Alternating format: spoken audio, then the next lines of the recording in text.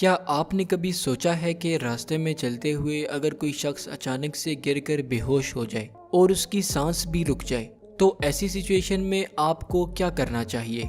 हम आज cardiac arrest पर बात करेंगे और बताएंगे कि अगर किसी शख्स को कार्डियक अरेस्ट हो जाए तो पास खड़े लोगों को क्या करना चाहिए।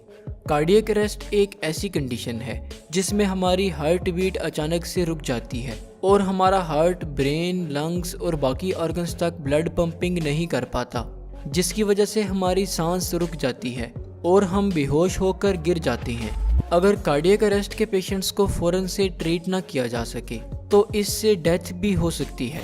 तो आइए जानते हैं कि कार्डियक अरेस्ट क्यों होता है। कार्डियक अरेस्ट की कंडीशन हमारी हार्ट बीट अचानक से रुक जाने से होती है। हमारे हार्ट में नेचुरल इलेक्ट्रिकल इम्पल्स सिस्टम मौजूद होता है जिसे साइनोएट्रियल नोड कहा जाता है। Sinoatrial node mild electric impulses generate करता है ताकि हार्ट बीट को नॉर्मल रखा जा सके।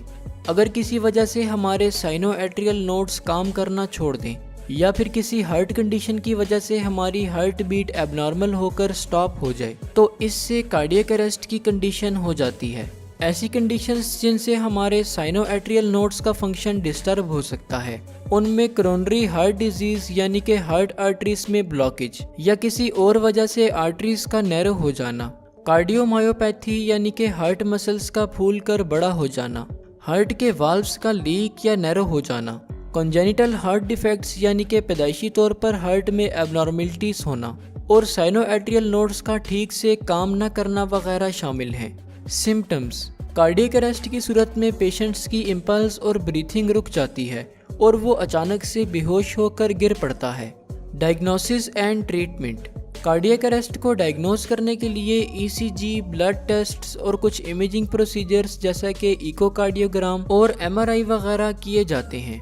अगर किसी शख्स को कार्डियक अरेस्ट हो जाए तो पास खड़े लोगों को चाहिए कि वो फ़ौरन से पेशेंट की चेस्ट कंप्रेस करना शुरू कर दें और अगर ऑटोमेटेड डिफिब्रिलेटर मौजूद हो तो उसके थ्रू पेशेंट को इलेक्ट्रिक शॉक दिया जाए ताकि उसकी हार्ट बीट चलने लग जाए। इसके साथ साथ पेशेंट को फ़ौरन से हॉस्पिटल शिफ्ट करना चाहिए ताकि उसकी प्रॉपर ट्रीटमेंट की जा सके।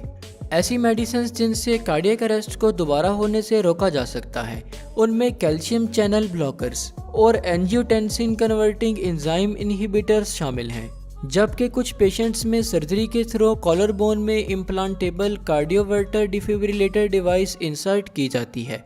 ये डिवाइस पेशेंट की हार्ट बीट को मेजर करती है और कार्डियक अरेस्ट की सिचुएशन में माइल्ड इलेक्ट्रिक इम्पल्स जनरेट करके हार्ट बीट को नॉर्मल करने का काम करती है। शुक्रिया, अल्लाह हाफिज़।